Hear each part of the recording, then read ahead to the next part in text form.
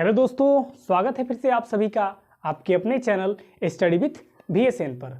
दोस्तों, आज की क्लास में हम लोग फिर से देखेंगे रीजनिंग के टॉप 5 क्वेश्चन जिनका पेपर में जीडी के पेपर में विशेष दोस्तों पूछा जाना काफ़ी ज़्यादा चांसेस होते हैं। तो चलिए दोस्तों क्लास को शुरू करते हैं। और शुरू करने से पहले दोस्तों हम आपको बता दें, हम लोगों ने जीडी से जुड़े मैथ रीजनिंग को बहुत ही अच्छी तरह से कवर कर लिया है।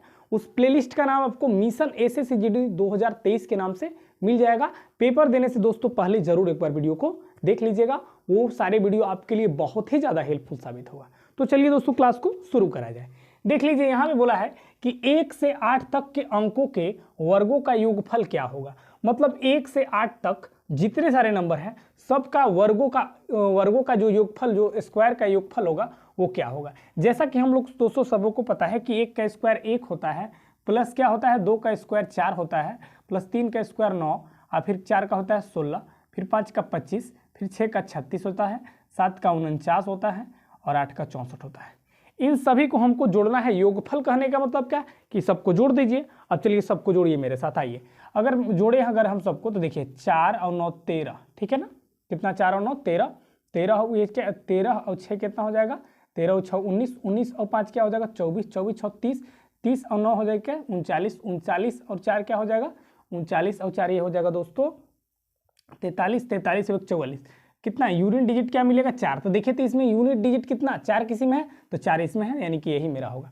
सबको क्यों हम जोड़े, फालतू में टाइम हम क्यों वेस्ट करें, खाली हम यूनिट डिजिट से हम ये कर दिए। तो यूनिट डिजिट हम 4 देखे तो 4 खाली एक ही ऑप्शन बी में था, इसलिए मेरा 204 होगा। ठीक है दोस्तों, तो इन तरह के क्वेश्चन को बनाने का आपका तरीका है कि ऑप्शन का एलिमिनेट करिए, ऑप्शन हटाइए जो नहीं हो सकता है, जो हो सकता है। तो क्या हम यूनिट डिजिट पे गए तो यूनिट डिजिट 4 होना चाहिए, तो 4 खाली हमको एक ही ऑप्शन में दिखा, इसलिए मेरा वो आंसर हो गया। तो पेपर दोस्तों लगाने का तरीका ये होता है। सही अप्रोच दोस्तों ये है कि ऑप्शन को आप एलिमिनेट करिए, हटाइए ऑप्शन को जो नहीं हो सकता है। ऐसे मान लीजिए और तो चांसेस बढ़ जाएंगे कि हाँ ये ज़्यादा हो जाएगा। चलिए आगे देख लीजिए, बोल रहा है कि यदि 4 स्टार 2 स्टार 8 स्टार 4 का मल्टीप्लाई क्या दिया गया है, रिलेशन अगर 40 है, तो उसी तरह इसका अगर ये दिया है तो आपको इसका बताना है क्या हो सकता है, क्या लॉजिक हो सकता है। देखिए तो एक बार क्या हो सकता है। अच्छा, इन्होंने किया क्या, गौर करिए एक बार, क्या लॉजिक लग सकता है। देखिए तो एक बार, आइए चलिए। अगर मान लीजिए हम कर के रहे हैं कि मान लीजिए ये अगर इसके इन दोनों को क्या कर लें, ये 4 दूना के 8 क्या कर लें 8, और ये 8 चौको 32, यानी कि 32 और ये 8 अगर जोड़ते हैं तो वैल्यू किसके बराबर आ जाएगा 40 के बराबर आ जा रहा है। मतलब इन दोनों को गुना करके अलग और इन दोनों को मल्टीप्लाई करके अलग, दोनों को आपस में जोड़ दिए तो 40 आ रहा है। अच्छा देख लेते हैं, आगे भी सेम होना चाहिए ना। ये हो जाएगा 4 3 12 और ये हो जाएगा 4 चौको 16, यानी 16 प्लस 12 का वैल्यू अगर जोड़ेंगे तो 28 की इक्वल आ जाएगा। हमसे पूछा है इन्होंने कि 4 3 12, इसका वैल्यू 12 हो जाएगा। आप 5 गुना 1 करेंगे तब 5, यानी 12 और 5 वैल्यू किसके बराबर हो जाएगा 17 के बराबर। यानी 17 ऑप्शन किस में दिख रहा है दोस्तों, तो 17 मुझे ऑप्शन नंबर बी में दिख रहा है। ठीक है, तो देखिए रीजनिंग एक ऐसा फैकल्टी होता है ना कि यदि आपको समझ में आ गया तो अच्छा है, तुरंत आप 2 सेकंड में लगा लीजिएगा, और उसका अप्रोच अगर लॉजिक समझ में नहीं आया तो नहीं बनेगा वो। ठीक है, चलिए तो हर रोज क्या बोलते हैं दोस्तों कि देखिए हर रोज आप नया नया क्वेश्चन को सीखिए और सबको आंखों से गुजार लिए, ताकि पेपर में देखे तो हाँ लगे कि हम ये चीज को देखे हैं, तभी बन पाएगा। यहाँ आपका प्रैक्टिस रहेगा तभी वहाँ पे बन पाएगा, प्रैक्टिस नहीं रहेगा दोस्तों आप नहीं बना पाइएगा। चलिए नेक्स्ट क्वेश्चन देख लीजिए। यहाँ बोला जा रहा है कि यदि 5 8 3 को 256 लिखा जा रहा है तो 11 बीच में खाली स्थान, इतना को 676 कैसे लिखा जाएगा, यहाँ पे कौन सा नंबर आएगा। चलिए मतलब मिसिंग नंबर आपको निकालना है। अच्छा देखिए 200, देखिए जो जैसे है वैसे हम काम करेंगे। देखिए सबसे पहले तो हम आपको बोलते हैं ना कि देखिए पकड़िए उसमें बन क्या रहा है, वो क्यूब बन रहा है, किसी का स्क्वायर बन रहा है, बन क्या रहा है।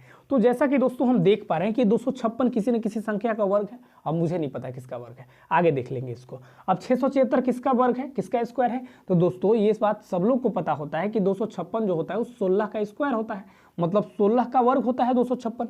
उसी तरह 676 किसका दोस्तों, तो 26 का होता है। अच्छा इस 16 कहाँ से आया, तो अरे 16 जब आएगा तब इसका वर्ग होगा। तो देखिए जोड़ के देख लेते हैं, 8 5 13 और 3 16, यानी इन तीनों को आपस में जोड़े और उसका स्क्वायर करा दें तो वैल्यू किसके बराबर आ गया 256 के बराबर। चलिए ठीक है, आगे भी देख लेते हैं। तो यहाँ पे हमें सबको वैल्यू कितना बनाना है, सबको वैल्यू 26 बनाना है। क्यों, क्योंकि ये 26 का स्क्वायर है। तो हम 26 कैसे बना सकते हैं, अगर 11 में 7 हम जोड़ेंगे तो 18, और 18 में 26 बनाने के लिए हमको क्या चाहिए, तो बाहरी से हमको 8 जोड़ना पड़ेगा, मतलब यहाँ पे कौन सा ऑप्शन आएगा, तो 8 आ जाएगा। अगर यहाँ पे 8 रहेगा दोस्तों तभी 26 बन पाएगा। मुझे 26 ही बनाना है, क्यों, क्योंकि यहाँ पे स्क्वायर जो दिया गया है वो 26 का दिया है। ठीक है, ये सारे जो भी पेपर क्वेश्चन हम कराते हैं दोस्तों, ये सारे सिलेक्टिव क्वेश्चन होते हैं और वेस्ट फैकल्टी के क्वेश्चन होती हैं, जिनका पेपर में पूछना यही लेवल का दोस्तों काफी ज्यादा जीडी के चांसेस है। ठीक है, देखिए नेक्स्ट क्वेश्चन देख लीजिए। यदि किसी भाषा में 16 गुना 13 को इतना लिख रहे हैं इन्होंने, और 14 गुना 8 को 44 लिख रहा है, तो 18 गुना 4 को क्या लिखा जाएगा, आपसे ये चीज पूछ लिया गया है। देखिए क्वेश्चन बनाने का सही मायने क्या है ना, सही जो अप्रोच एफर्ट क्या होना चाहिए पेपर में ना, वो चीज को आपको जानना बेहद जरूरी है दोस्तों। ठीक है, देखिए यहाँ पे क्वेश्चन में क्या लॉजिक हो सकता है। यहाँ देखिए पहले तो आप देखिए कि ये इन दोनों का कॉम्बिनेशन से आया होगा, क्या कॉम्बिनेशन मुझे नहीं पता, लेकिन आप यहाँ पे अगर मान लीजिए मल्टीप्लाई करिएगा तो वैल्यू ज्यादा आ जाएगा। ठीक है, अच्छा चलिए जोड़ के देखते हैं, जोड़ने से क्या मिल रहा है, 16 और 13 को अगर जोड़ते हैं तो 29 के बराबर आएगा। अच्छा 29 से 58 पे हम क्या देखते हैं, लॉजिक लगा तो मान लीजिए 2 से मल्टीप्लाई किए तो 58 हो गया। इसमें तो ये लॉजिक फिट हो गया, क्या आगे हो रहा है देख लेते हैं। 14 और 8 को जोड़ लेना है, यानी हो जाएगा 22, 22 में 2 से मल्टीप्लाई, वैल्यू किसके बराबर हो जाएगा, 44 के बराबर। चलिए ठीक है, यहाँ भी ठीक है। तो हमने किया क्या कि दोनों वैल्यू को जोड़ लिया और बाहरी से 2 से दोनों में मल्टीप्लाई करा दिए, इसमें भी 2 से मल्टीप्लाई करा, इसमें भी 2 से मल्टीप्लाई करा। चलिए आगे देख लेते हैं। 18 और 4 को यदि जोड़ते हैं तो वैल्यू 22 के बराबर, 22 में अगर 2 से मल्टीप्लाई करा दीजिएगा, ये वैल्यू किसके बराबर आ जाएगा दोस्तों, 44 के बराबर आ जाएगा। मतलब क्या कि option number A is the बिल्कुल राइट आंसर हो जाएगा। तो देखिए ये रीजनिंग का फैकल्टी है, रीजनिंग का फैकल्टी अगर आपको समझ में आया तो आप 2 सेकंड में पेपर में लगा लीजिएगा, नहीं समझ में आया तो आप छोड़ दीजिएगा। ठीक है ना, और हम देखिए बार बार कहते हैं कि सब टाइप के क्वेश्चन को देख लीजिए, एक बार आंखों से निकाल दीजिए ताकि पेपर में देखो तो समझ में आए कि हाँ भैया हम ये चीज को बना दिए हैं। ठीक है, चलिए देखते हैं नेक्स्ट क्वेश्चन और लास्ट क्वेश्चन को।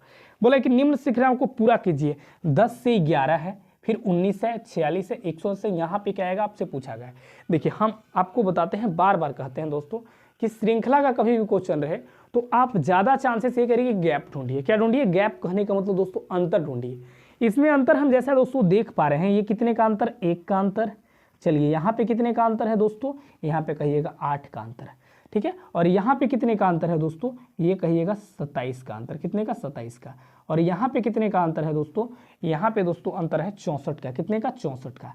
हम अच्छा ये क्या निकल कर आ गया, 1, 8, 27, 64 क्या होता है, तो आप कहिएगा दोस्तों कि ए जो कितना गैप आ गया, यहाँ का गैप कितना 1 आ गया, यहाँ का गैप कितना आ गया 8 आ गया, यहाँ का गैप कितना आ गया 27 आ गया, और यहाँ का गैप कितना आ गया 64 आ गया। तो आगे क्या होगा मुझे नहीं पता। ठीक है, लेकिन हम जैसा कि पता देख पा रहे हैं कि 1 का क्यूब होता है, 2 का क्यूब 8 होता है, 3 का क्यूब 27 होता है, और 4 का क्यूब 64 होता है। हम ऐसा कह सकते हैं कि यह नंबर जो आगे बढ़ रहा है वो क्यूब जुड़ता चला जा रहा है। तो यहाँ पे अगर 4 का क्यूब बना है तो आगे 5 का क्यूब बना होगा, 5 का क्यूब क्या होता है दोस्तों 125 हो जाएगा। मतलब इन नंबर में क्या जोड़ लेंगे, 125 जोड़ेंगे तो 5 एकम 5 ये हो जाएगा 3 और ये हो जाएगा 2, यानी आगे जो भी नंबर आएगा दोस्तों वो 235 हो जाएगा। कहने का मतलब ऑप्शन नंबर बी हो जाएगा। ठीक है, तो देखिए एफर्ट कुछ भी हो सकता है, वो क्यूब आगे बढ़ सकता है, स्क्वायर आगे बढ़ सकता है, सेम गैप आगे बढ़ सकता है, मल्टीपल आगे बढ़ सकता है, ये होने का कुछ भी हो सकता है। ये रीजनिंग है, कैसे घुमा के पेपर में आपको दे देगा ये पता नहीं चलता है। इसीलिए हम आपको बार बार कहते हैं कि हर टाइप के क्वेश्चन को आंखें से गुजार लीजिए, आंखों से गुजारिए, ताकि पेपर में देखो तो लगे कि हमने भैया ये चीज को हमने पढ़ा है। पढ़िएगा तभी हो पाएगा, नहीं पढ़िएगा रीजनिंग का फैकल्टी नहीं समझ में आया तो पेपर में छोड़ के आइएगा दोस्तों। ठीक है दोस्तों, तो दोस्तों आज की क्लास में बस इतना ही, फिर मिलेंगे अगले वीडियो में एक नया कॉन्सेप्ट, एक नए अप्रोच के साथ। और हाँ दोस्तों, वीडियो अच्छा लगता है तो दोस्तों के साथ जरूर शेयर करिएगा और चैनल को सब्सक्राइब जरूर कर लीजिएगा। तब तक के लिए धन्यवाद और जय हिंद।